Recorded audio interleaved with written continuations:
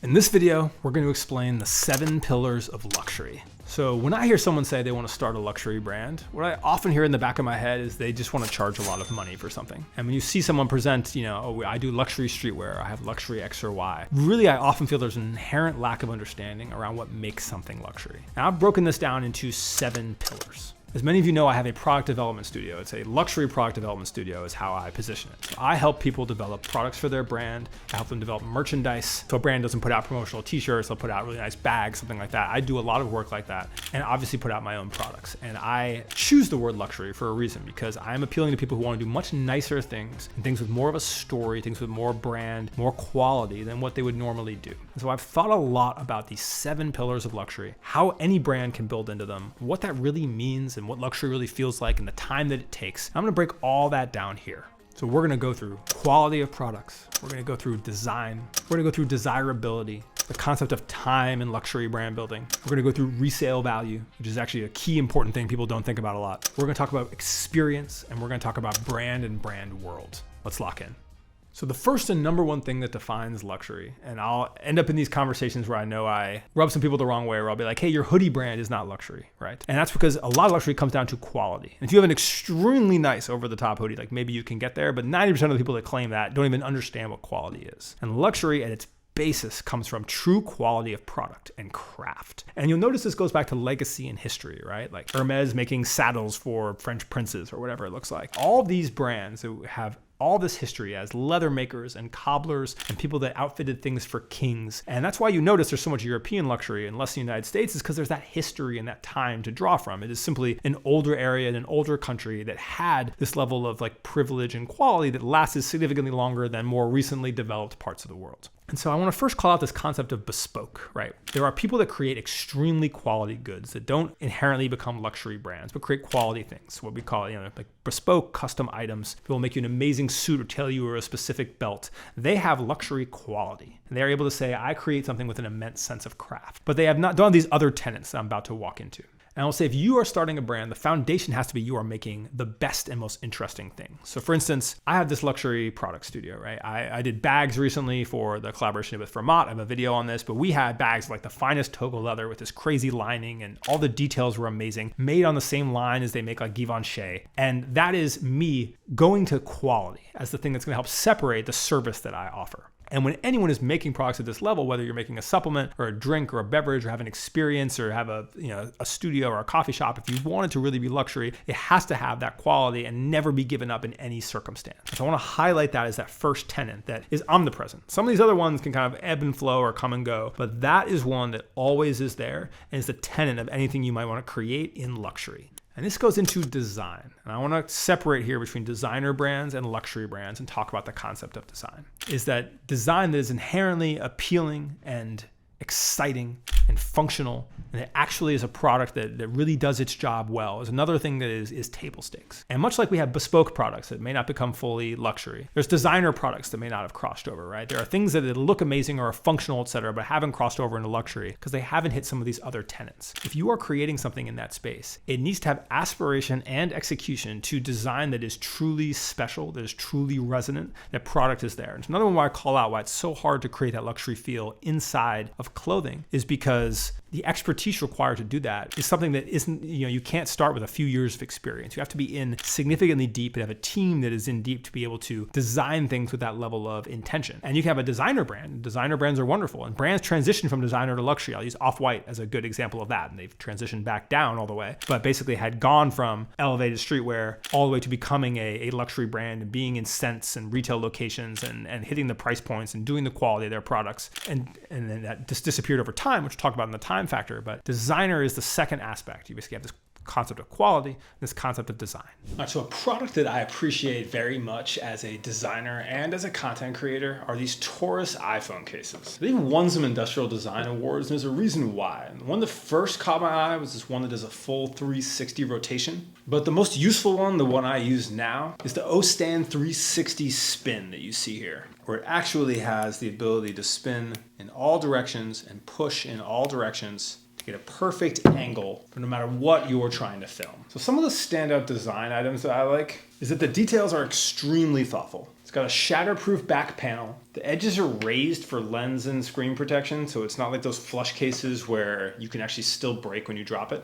All the angles that you can use with this stand are great if you're capturing odd angles for your footage especially. And as someone who's either filming content, filming for myself, or filming videos cooking or putting something together or want to get an interesting angle on a factory floor, whatever it is, they are giving you all of those options with this case. And it's not just MagSafe, but it has magnetic charging and it's perfect for adapting to places to shoot with the magnet. And all the little things like the tactile feedback and like smooth retraction and the way it sounds is just from a company that you can tell puts the time into industrial design. Even the finish on the case is that perfect matte. So if you're looking for some standout protection for your phone, we'd recommend checking out Taurus and the 360 Spin. And the third tenet, one of the most important, is desirability. People have to actually want this product. And want has to be backed up by dollars, right? And so if you are starting a brand where you meet the quality standards and design standards, but no one wants it, doesn't really look at it in the same way as a luxury brand, because people are buying luxury for how it makes them feel, and how it makes them feel is both a product of the experience and a product of what it says about them and the perception of it and how they feel as an owner of it. And that desirability factor is not there for some brands. And you can be desirable on your own. Supreme is a desirable brand, or was a desirable brand, that is not a luxury brand, right? And it doesn't have that same, like the quality is not a luxury level. The design isn't really a luxury level, right? And so, but they would have the desirability of it. It just goes to show how each of these things can kind of operate outside of this and still be successful, but they kind of operate together to begin to build a picture of luxury. And that desirability ties really well into resale. People look at a lot of luxury goods as investments, right? When someone goes and buys a Louis Vuitton bag, they know, hey, I can go sell this back to the Real at X price. Or this is something I can, you always have the ability to move it or pawn it or get some level of value back on it, put it on Grailed, whatever it is. That is a key aspect of this as well. Because there are luxuries that are, not permanent, that don't have this aspect. And so this is one where I would say this is not the most important, but it is a huge winning aspect when it is added to these others. And that's the ability for it to hold value over time, for a customer to look at what they're purchasing as an investment instead of looking at it as merely something that's going to be in their wardrobe or in their home. And that's a really important thing that can separate any brand from the rest inside this category. That's that extra sauce that anyone can have, is that resale value. And I think it's worth plotting when you start your brand, right? And potentially controlling that experience. I look at Arc'teryx, who's not necessarily a luxury brand, but they are certainly a designer brand, and they have an amazing performance to their products, and they control their secondhand market. You buy secondhand Arc'teryx through Arc'teryx. There's other brands think about that as well, and that begins to show people the desirability or the factor. They know, I can go sell this back to them. If you're able to potentially control that experience, say you launched a brand where you say, hey, we will buy back any product that we release at any point in time at X% of its value. Then you begin to say, we're putting our money where our mouth is. You can look at this as an asset. There's a lot of interesting psychology that comes in resale and requires you to play into some of these mainstream things. Like, what is your presence on eBay? Is there desire for it? Are you sold on the Real? Or there's some of these cultural tenets that resale begins to interact with. Is there a community around it on Grailed? Has Grailed written about it? What do you begin to look at and perceive? How does the world perceive it? Is these interesting connotations of resale value as a pillar of luxury. And desirability and resale then tie into time. And this is one of the hardest ones to hear. And most people, again, they want to start a brand where they can charge a premium. You can charge more money than everyone else. You want to be able to sell your t-shirts at what Rude sells them for. Of course, like we all do. That sounds wonderful. But really, there needs to be a lot of things to actually execute that. One of the biggest things is time, right? There's all these videos going around. We use Rude as an example. And Rude, being a quasi-luxury brand, has had some periods of that or perceived as that by a certain community, where he was not selling a lot. And then Kendrick Lamar bought something or wore something on stage, whatever it was, and then kind of blew up overnight, and then was able to continue the story building and telling to do that. But the continuation part is important, right? Like that brand has had a rough time for the last few years, right? There's still some people that go into it, but it's not perceived the same way it was. If it had executed this level of perception over a long enough period of time, it could have potentially gone on to develop like a luxury standard, whereas now it's kind of, it's middling and still has plenty of good going for it, but it does not have the potential it once did. As you can tell, I'm not the hugest fan of the brand. But this aspect of time is really important, because if you are setting out to start something luxury, it's often generational. You look at all these true luxury houses and brands, with very few exceptions,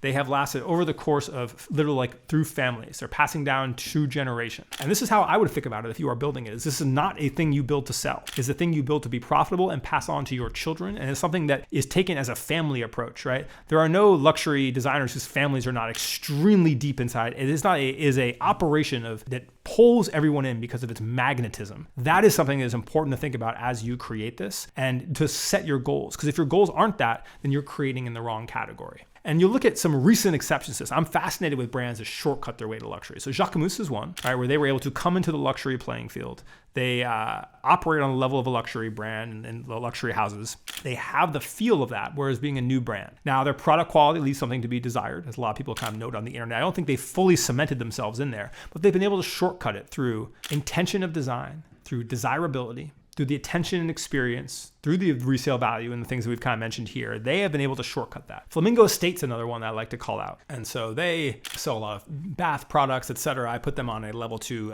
a very similar, like a California version of Aesop, who is a kind of quintessential luxury brand in my eye. And they did something, a couple things were very interesting. There's one, they started as a service, high-end service. They provided like farm-to-table vegetables to the discerning and elite of Los Angeles, right? That was the start of that business. And then they added on to it like a number of consumer goods operating at kind of a very high level. But they purchased their time, is a kind of a decent way to put it. They have a brand is based around the Flamingo Estate, a 70s like incredible like physical structure and location that the brand is named after. The content is based around. There's a huge part of its lore. It's absolutely gorgeous. And again, it has a magnetism to it that you are inherently interested in. But as a newer brand, by applying this real estate component into the storytelling of it that has history, they were able to kind of generate some of that time element, which is a really interesting concept to me. And then now we're going to talk about experience. I mentioned Aesop before, and they're a good example of this because experience goes across a couple things. It goes across the service level that you receive from the brand. Like you can walk into a Louis Vuitton store and buy something, but most people have a rep and have someone they actually talk to or a salesperson at the company who can access things and get them there. That is the way luxury is purchased at a Louis Vuitton.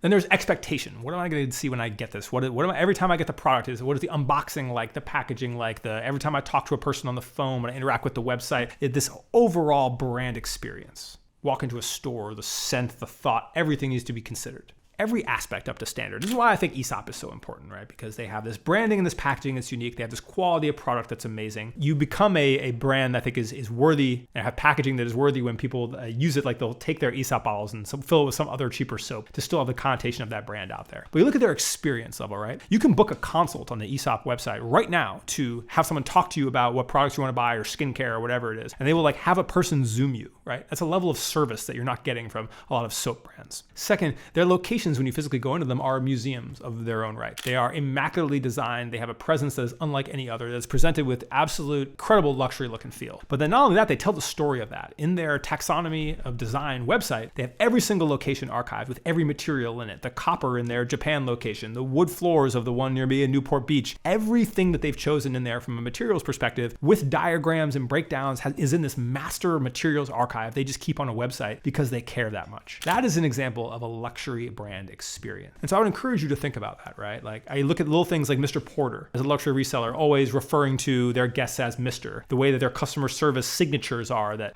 come with a kind of a more of an upscale feel. And something I'm very much looking at as I get into a product studio is, what does my service look like? What is the engagement? What does my team members look like? How do we present ourselves? What does that look and feel like? For a services business especially, that luxury experience and that customer service, that expectation is huge. And again, that goes into unboxing, into packaging, into anything. What it really goes down to is every single decision needs to be made with intention around brand and live up to the brand standard, or it is not done. And that ties into the last part we have here, the 7 pillars of luxury, which is brand overall, and the brand world and the brand experience. So every luxury brand has a brand world. Oftentimes it can involve the founder, it can involve the story, it can involve the faces of its models or its designer or its lead, but there are personalities, there are locations, there are things that are happening and events that are happening, and there are crossovers into different parts of the world. Louis Vuitton opening cafes, a new creative director entering a brand. These things are all events that work around each other. And not every brand has all these things, but you need to establish what are the people involved? Are the people up to the luxury standard? And when the people come and go, is it an event and how is it considered? And there's the presentation. When we release a thing or a collection, like how is that done? This goes beyond simply like what can happen on social media, right? There is an inherent feeling around that in the world when these things are adopted. There's the campaigns that go with it. And there's that story that happens over time of that history, how it's archived and how people can find it. Because the best luxury brands have archivists to do this for them, accounts that hunt down their best things and post them, people that are obsessed with its history and collection. If you are creating something new, you need to be thinking about how that becomes what you are doing becomes so important. It is generated and curated by others. So you tie all those together: quality, design, desirability, resale, time, experience. But in the brand world, you have the 7 pillars of luxury and how to think about these brands and building these brands and interacting with them. And you have a formula for creating something really special. But it is a long journey. Like I mentioned, it is a journey that passes down from family to family. But I do think when you are looking to create a brand in a world of so many ephemeral brands, I'm doing this quick thing, or I'm creating this, or I want to make my own money, or whatever it is, creating something with this idea and this passion that is built to last takes a certain type of person, a certain investment. And I believe that for people that are truly passionate about it or really want to create something that is a fitting legacy for them, that it's the path to choose. So thank you so much for watching. And if you have any questions about this or disagree with any of those views, I'd love to hear it below, and I will create more videos about the luxury topic in the future. Thanks.